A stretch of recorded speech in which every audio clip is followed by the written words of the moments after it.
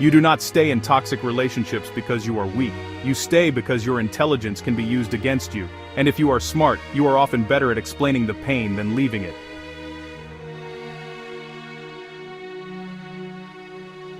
Point 1. Intelligence can rationalize red flags. Smart people are trained to find context, so when someone hurts you, you build explanations before you build boundaries. You say, they are stressed, they had a hard childhood, they do not mean it. Some of that can be true, but truth does not remove harm. In toxic dynamics, explanation becomes anesthesia. You feel informed, but you are still unsafe. And over time, this creates a dangerous split in your mind. You can clearly describe the problem, but you still tolerate the pattern. You become the expert of your own pain instead of the protector of your own peace. The relationship looks complicated from the outside, but the core is simple. If someone repeatedly violates your safety, understanding them is not a solution. Understanding behavior is not the same as accepting behavior. After every painful moment, ask, would I advise someone I love to accept this? Point 2. You overvalue potential and undervalue patterns. High-functioning people often choose based on potential. You see intelligence, ambition, charm, emotional vocabulary. You assume consistency will follow, but toxic patterns are built on inconsistency. Grand apologies, strong promises, short-term improvement, then the same cycle again. Potential is a projection. Patterns are evidence, and toxic dynamics survive exactly in that gap. You keep waiting for the real version of them to appear, while the repeated version of them keeps hurting you in plain sight.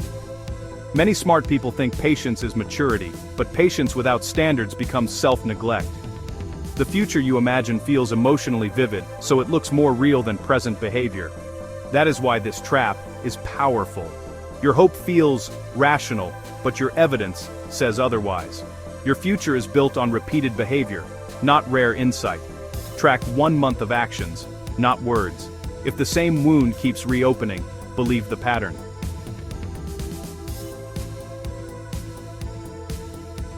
Point 3. Sunk cost keeps you emotionally locked in. The longer you stay, the harder leaving feels. Not because it is love, because it is investment. You invested time, emotional labor, reputation, shared plans, maybe money. So leaving feels like erasing your effort. Toxic dynamics exploit this perfectly. They keep you in almost better mode, just enough hope to delay your decision. And every delay increases emotional debt. You postpone the hard choice today, then face a harder version of it next month. You also fear the story you will have to tell yourself.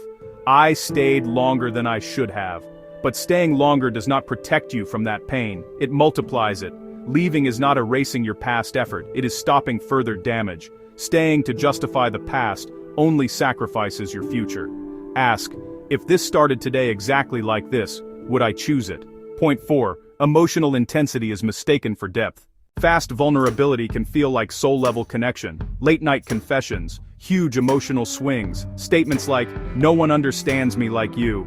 It feels deep, but often it is just accelerated attachment. Healthy depth grows steadily with trust and consistency. Toxic intensity spikes quickly and destabilizes your nervous system. You feel high when they are close, panic when they pull away, and relief when they return. That cycle can feel like passion, but it is often emotional dependency training. Real depth feels less dramatic in the beginning. It is built through predictable care, not emotional whiplash. If your connection requires confusion to feel alive, it is not intimacy. It is nervous system activation dressed up as romance.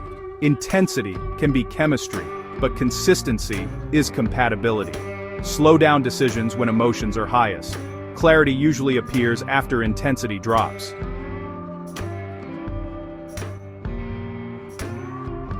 Point 5. Communication becomes a loop, not a solution. Smart people trust dialogue.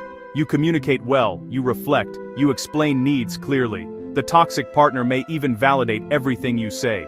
Then behavior repeats. At that point, it is not a communication problem. It is an accountability problem. Some people use emotional conversations as a reset button, not a turning point. You leave those talks with temporary hope, then return to the same disrespect, same inconsistency, same emotional fatigue. At that stage, your words are not the missing piece. Consequences are. Healthy people do not just understand your boundary, they adjust behavior because your well-being matters to them. If behavior does not change, the relationship is giving you data, not confusion. Repeated behavior after clear communication is a decision. Set one boundary with one consequence, then enforce it once. Reality becomes obvious fast.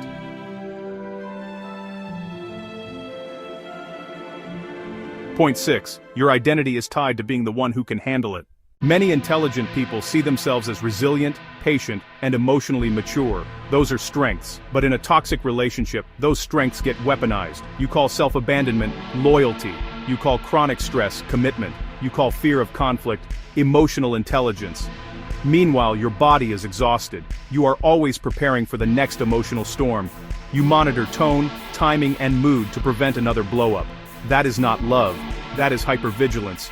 And hypervigilance slowly erodes self-trust. The cost is not only emotional pain, it is the loss of your inner clarity about what is normal and what is unacceptable. Real strength includes walking away from what repeatedly harms you. Replace, "Can I handle this?" with, "Do I deserve this?" Point 7. Your nervous system gets addicted to unpredictability. If love once felt inconsistent, chaos can feel familiar. Not good, just familiar. Unpredictable affection, emotional highs and lows, sudden distance then intense closeness. Your body reads the roller coaster as significance. Calm feels boring. Drama feels meaningful. That is conditioning, not destiny. When calm enters your life, your body may label it as empty or boring, not because it is wrong, but because it is unfamiliar. This is why people can leave one toxic relationship and enter another with different details, but the same emotional pattern. Healing means retraining your baseline, not chasing bigger highs, building deeper safety. Peace is not boring when your system is finally regulated. Notice where your body feels safe, not just excited.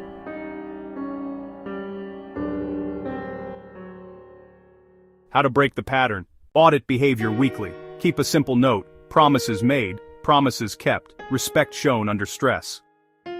Create non-negotiables before conflict. Decide in advance what ends the conversation, what ends the relationship.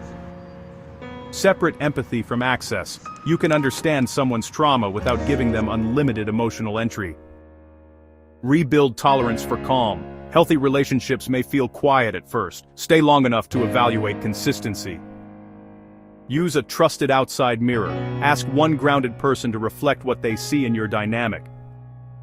Choose standards over sparks. Attraction matters, but stability, respect, and accountability matter more long-term.